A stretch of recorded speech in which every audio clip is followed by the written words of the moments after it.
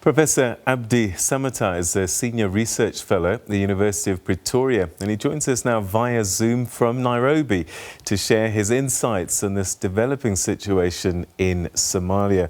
Prof, good to talk to you again. Thanks very much indeed for joining us. So, Somalia's parliament has decided to extend President Mohammed's term. Is this the only thing that they could do to solve this political impasse that's currently holding back these elections? Mr. Ndoro, two things need to be understood by our audience. The first is that Somali parliament consists of two chambers, the upper house and the People's Assembly.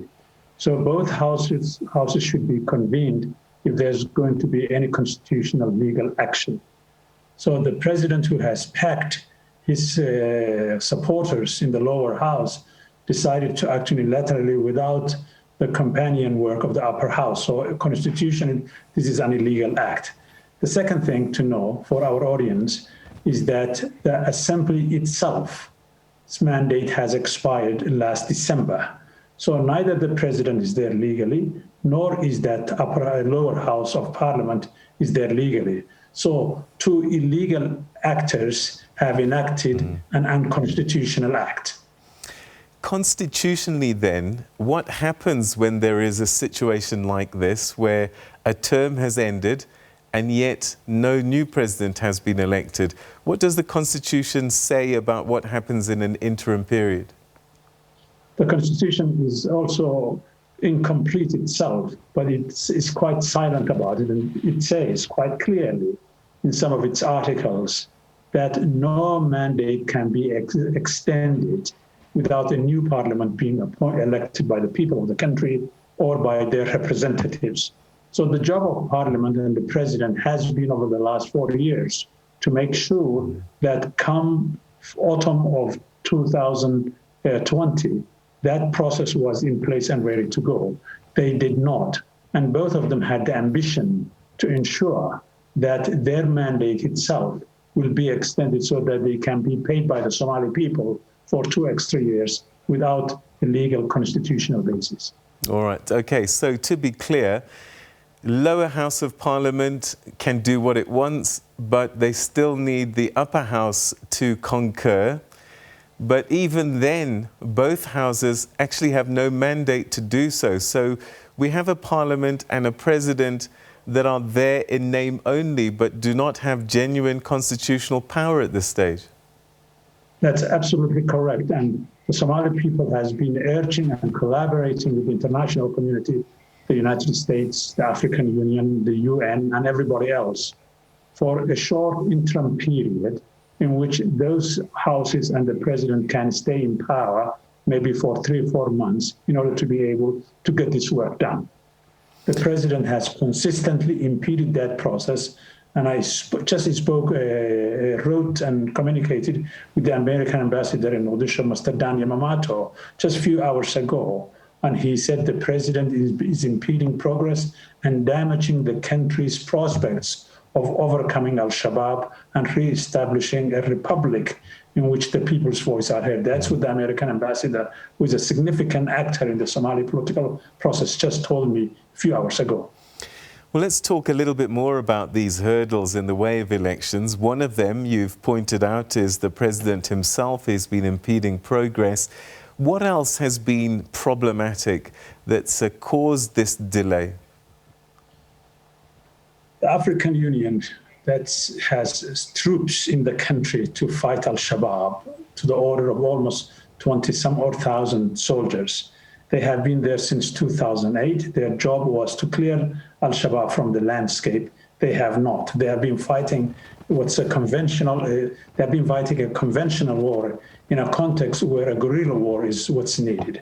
So they are based in the airport in Mogadishu and few stations around the country, and al-Shabaab runs all over the country. So that's the first problem.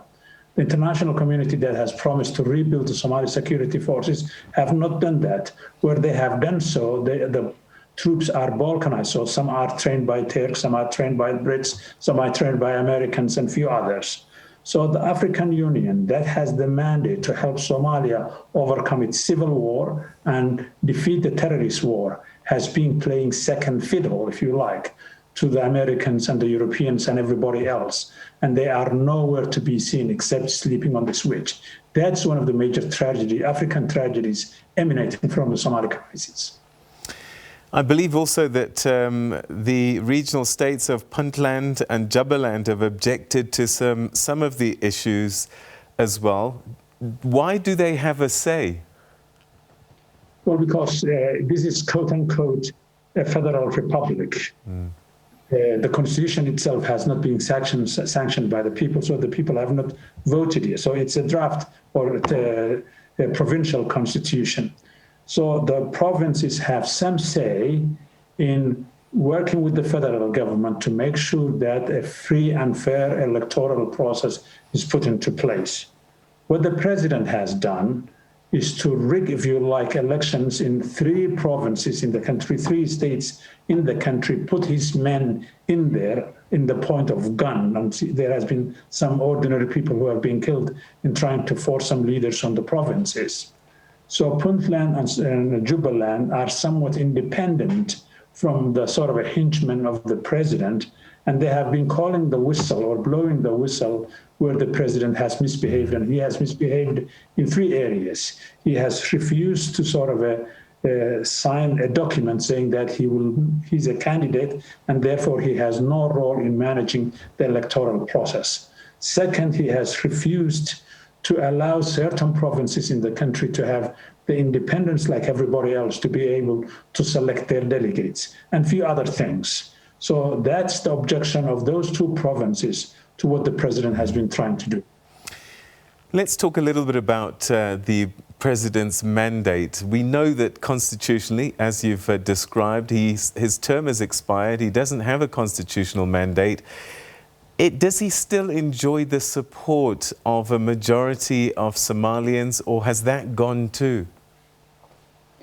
No, I mean, the president and his team or the government literally controls few areas of Mogadishu. When I was in Mogadishu the last 3.5 months, and I went to different parts of the city, it was clear that except the central business district or the city itself, much of the areas around that, outside the reach of the presidency, is in Al-Shabaab's hands. Al-Shabaab collects ransom taxes from every business in the city itself, including the CBD, so to speak. And so nobody quite knows what the Somali people want, because it's impossible under the circumstances of Al-Shabaab and other things to take a sort of a sense of the pulse of the population.